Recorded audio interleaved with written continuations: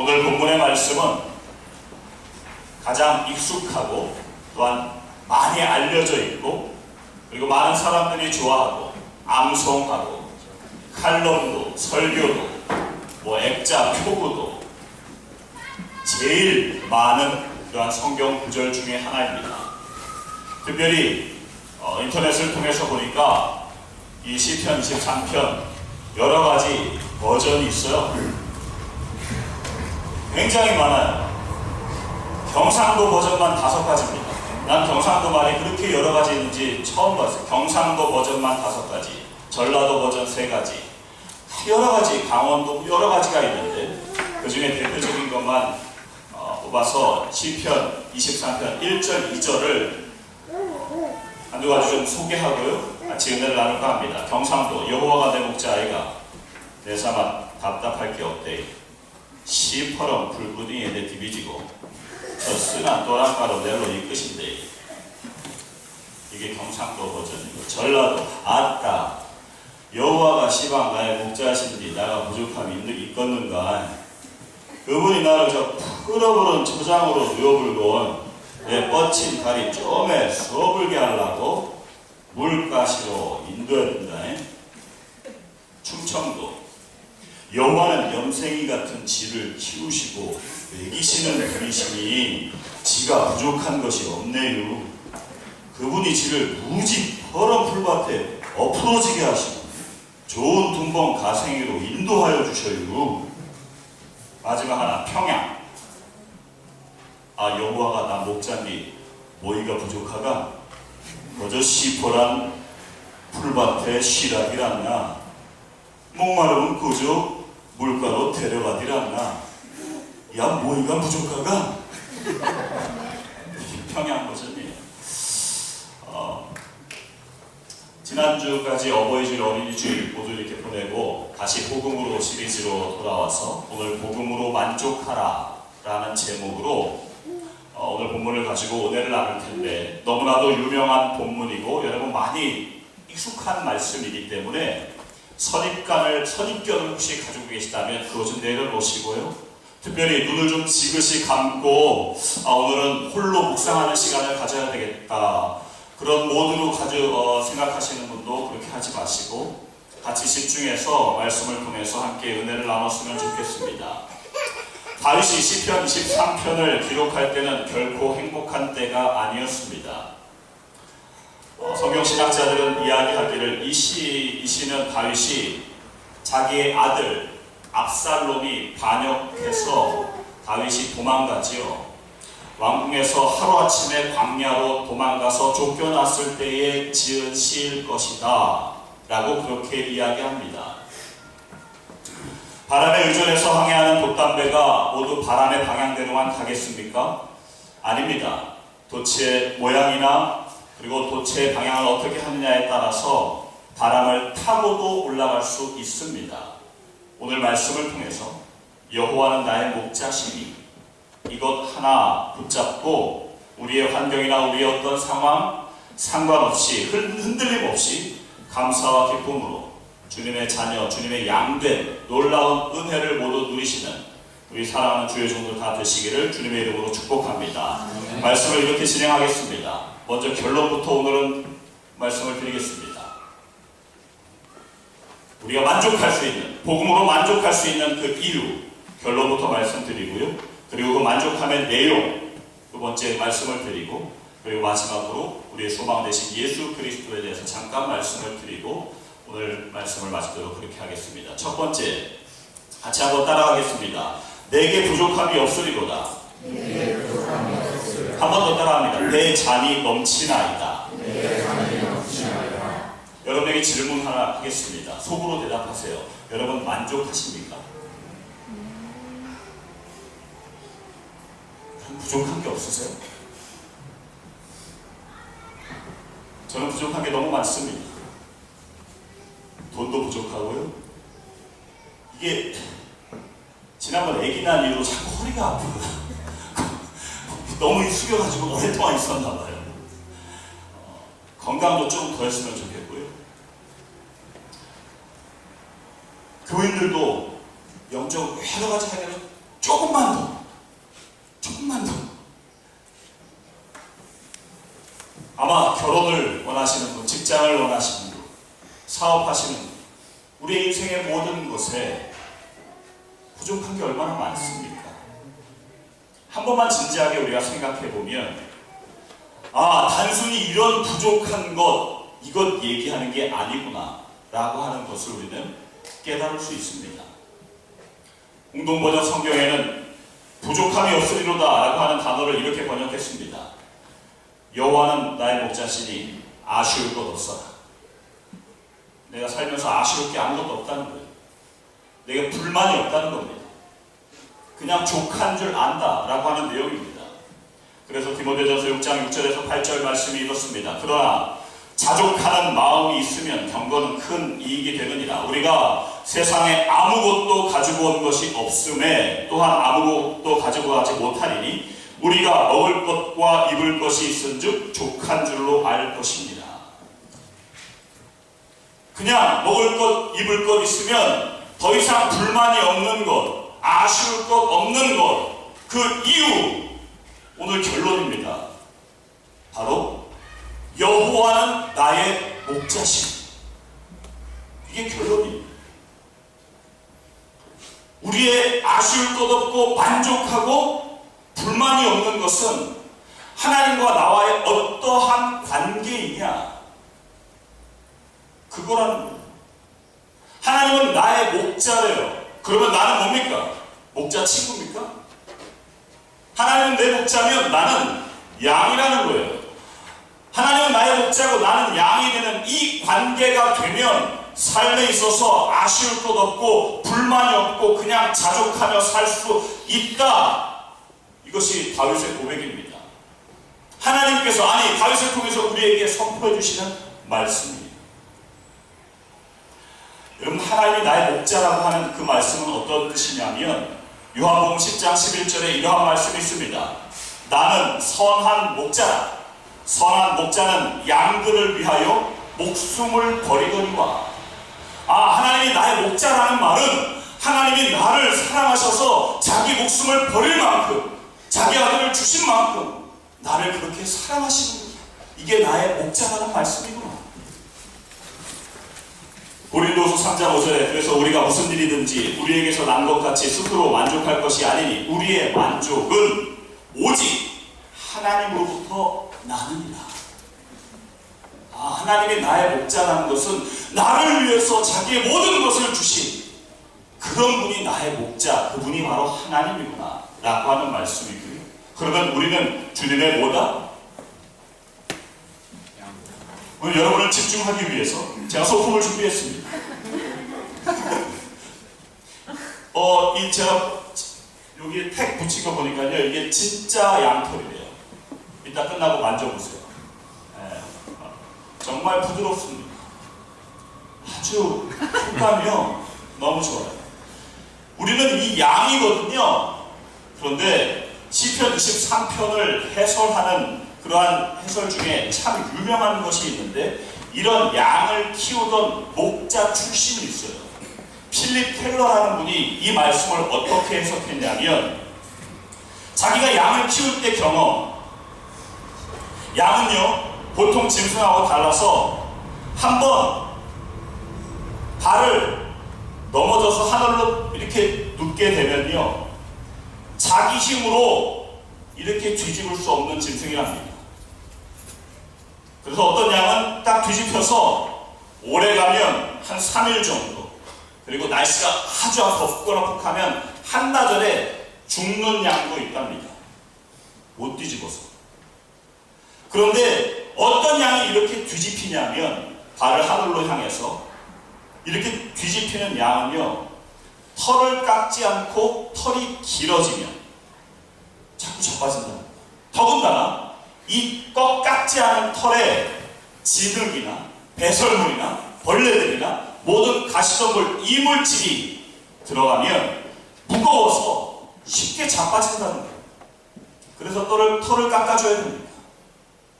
털을 깎아주기 때문에 사람은 그 털로 이런 것도 만들고 양 털 옷도 입고요.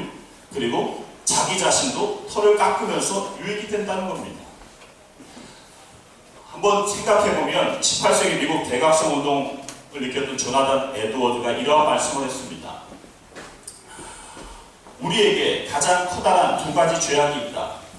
하나는 하나님의 백성들이 그들의 주인이신 하나님을 두려워하지 않는 것이고, 또 다른 하나는 그분이 자신들의 하나님 되심을 기뻐하지 아니하는 것이다. 우리의 삶 속에서 나에게 자라나는 다른 이물질들, 다른 모든 것들이 자꾸자꾸 더덕더덕 붙어있을 때에 그것을 주인이 깎아주도록 자꾸자꾸 해야 되는데 그것을 거부하고 계속 가지고 있으면 자꾸 자빠진다는 거예요. 이게 양입니다. 양은 살찌면 또한 자빠진답니다. 그리고 양은 평평한 것보다 묵묵한 것을 좋아해서 그곳에 들어갔다가도 자빠진대요. 아무데나 가지 말라는 거지.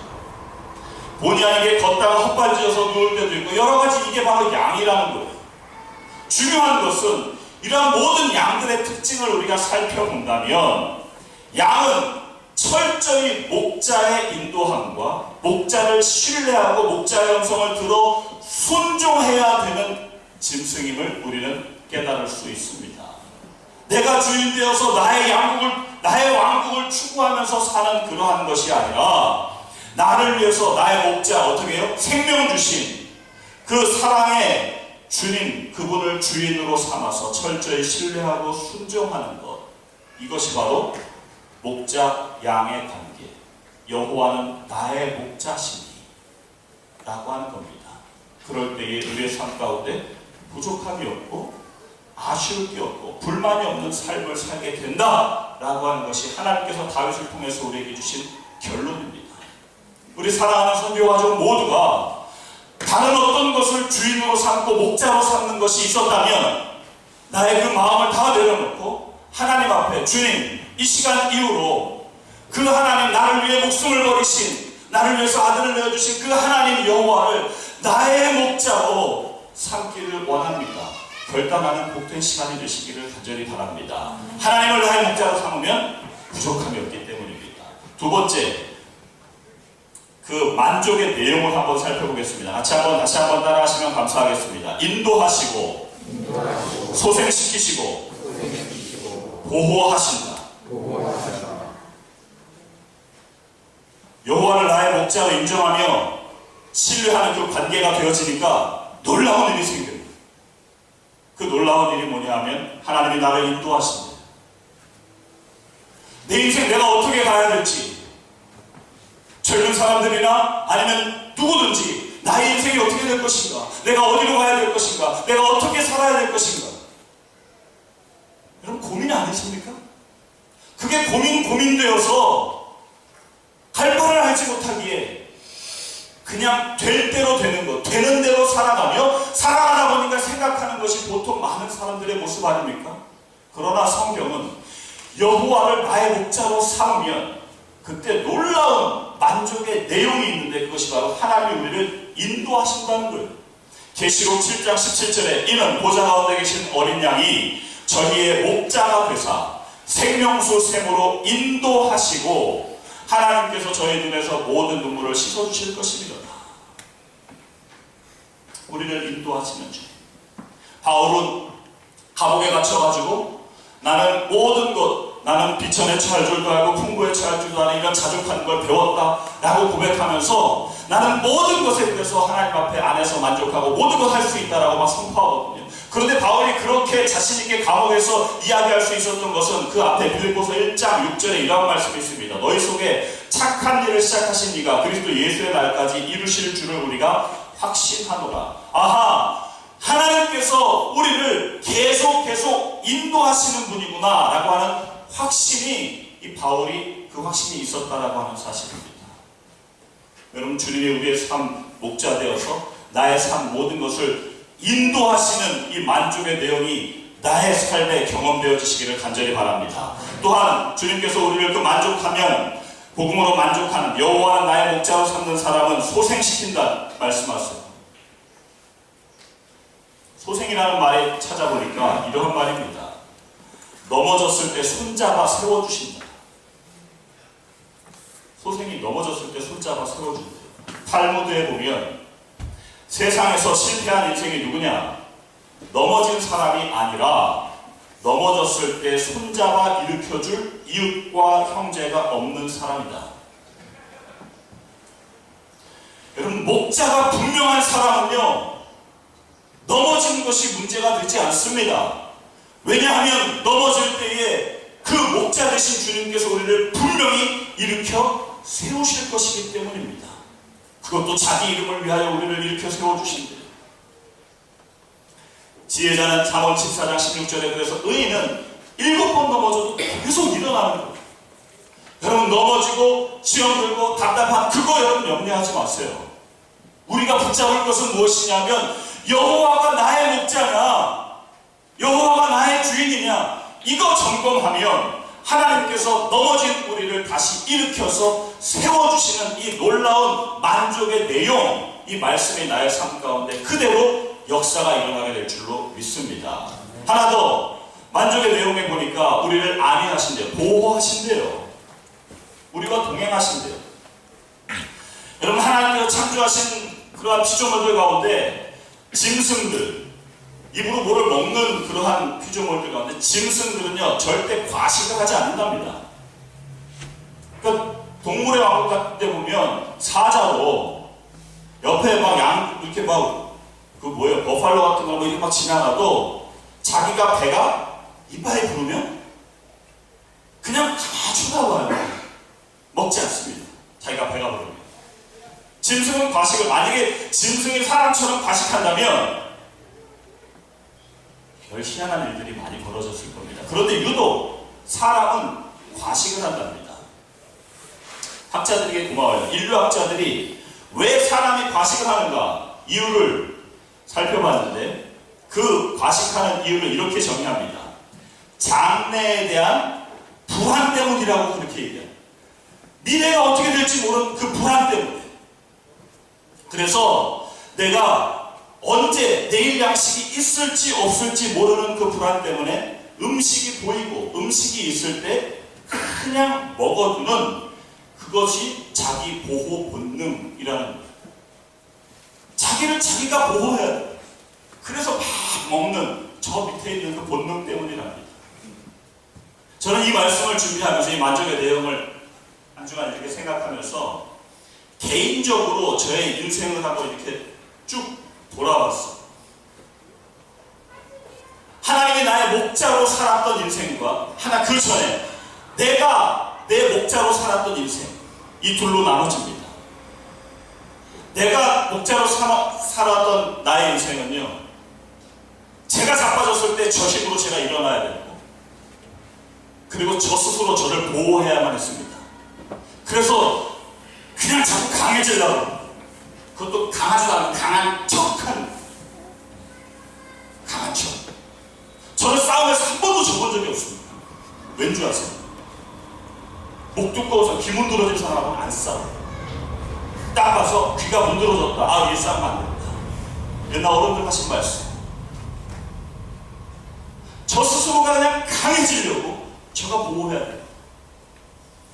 그때는요, 제가 나를 보호하려고, 그리고 내가 스스로 일으키려고, 그리고 내가 스스로 나의 길을 막 가려고 하는 그때는요, 왜 이렇게 부러운 게 많고 열등감과 우월감, 이것이 계속 나의 삶을 휘감는 거예요. 그래서 지금 저의 친구 교수가 여기 앉아있지, 교수 목사님이 앉아 계시지만, 만약에 제가 주인이었던, 여호와는 나의 목자 심리가 아니라 그냥 내가 주인이었다는 모습이 있었다면, 저는 정말 우리 친구 목사가 부러워서 어찌할지를 모르는 삶을 계속 살아가야 합니다. 왜냐하면 저랑 동기인데요, 쟤는 아들만 벌써 둘이고요, 애가 10살이 다 넘었고요, 미국 유학도 제가 군대에서 뺑이 치고 있을 때 일찌감치 군대를 미국 유학 와서 열심히 공부해가지고 박사학위를 뒤집어 쓰고 한국에 좋은 대학의 교수님으로 가가지고요, 교수님의 목사님의 그래요. 그럴 게 너무 많은 거예요. 근데 여호와가 나의 목자가 되니까 그렇지가 않아요. 조금 부러워요. 그렇게 막 정말 많이 부럽지 않고 그냥 하나님이 나의 목자가 되는 것이 얼마나 우리 인생을 인도하시고 넘어졌을 때 하나님이 일으켜 세워주시고 하나님께서 우리의 삶 가운데서 매일매일 간섭하셔서 우리를 보호하시고 내가 내 인생을 살아가는 것이 아니라 하나님께서 나를 그렇게 이끄시는 그러한 모습, 이거 된다라는 거예요. 그런 나 같은 사람을 하나님께서 목사로 만드셔서 목회를 하게 하시고 이렇게 감당하게 하시는데, 최근 들어서 우리 베이 지역에 목회하시는 분들 가운데 안 좋은 사건들이 자꾸 터지잖아요. 여러분 인터넷 통해서 보시고 사건 통해서 보시잖아요. 범죄가 자꾸 막 나와서 목사님, 베이 지역의 목사님들. 그래서 제가 오죽하면 사석에도 우리 젊은 사람들한테 그랬어요. 밖에서 나 만나면 목사라고 그러지 말고 그냥 오빠라고, 현씨라고 그러든지 그냥 아저씨라고 그러든지 그냥 그래라. 목사님 이런 거 하지 말고. 왜냐면 여기서 목사님 너무 요즘에 그래요.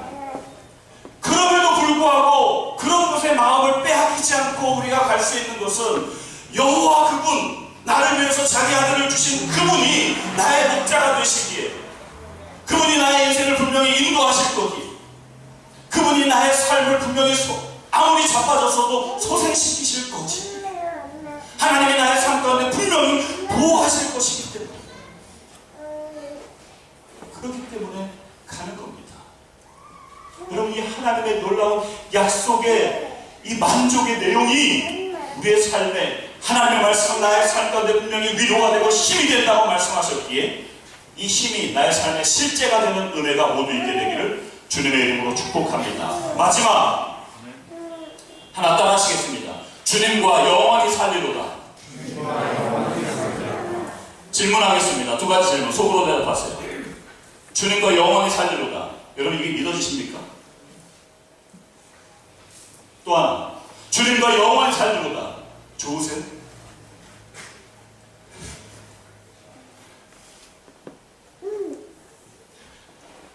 저희 집은 공항, 샌프란시스코 공항 근처거든요. 때마다 비행기가 집 위로 날아가요. 비행기 배가 보입니다. 소리, 이제는 별로 들리지 않아요. 그런데 저는 비행기 공항 근처 가깝기 때문에 그렇고, 한국에서도 늘 생각한 게, 아니 어떻게 저렇게 무거운 쇳덩어리가 저렇게 하늘을 나니까? 보통 무게입니까? 저 같은 큰 사람들이 그 안에 얼마나 많이 들어앉아 있습니까? 근데 그게 하늘을 막 날아가요. 그것도 속도에 의해서 확 한번 이렇게 잠깐 떴다가 가라는 게 아니라 막 10시간을 날아가요. 그게 저는 너무 신기한 거예요. 제 느낌, 제 생각에는요, 절대 저건 못 날아요. 무진장 속도를 가하면 잠깐 떴다가는 가라앉을 수 있어요. 이게 내 느낌, 이게 내 생각이에요. 그러나 공부를 많이 한 사람들이 계산을 해서 과학적으로 한치의 오차도 없이 하니까 그 무거운 쇳덩어리가 사람을 수백 명 태우고 뜨더라는 거예요. 그리고 10시간을 날아가더라는 겁니다. 여러분, 신앙생활을 이렇게 하시는 그러한 사람들이 있습니다. 그냥 자기 느낌으로, 자기의 생각으로. 어려울 때는 하나님이 인도 안 할 것 같은 그러한 느낌, 자기 생각, 이거는 절대 안 될 것 같은 자기의 감, 이런 걸로 신앙생활 하는 사람들이 왕왕 있습니다. 그러나 다윗은 정말 절망 가운데 있는데도 하나님 나의 목자시니 이 하나님의 말씀을 붙잡으니까 자기의 느낌이나 자기의 생각이 아니라 그 하나님 하신 그 약속의 말씀을 붙잡으니까요.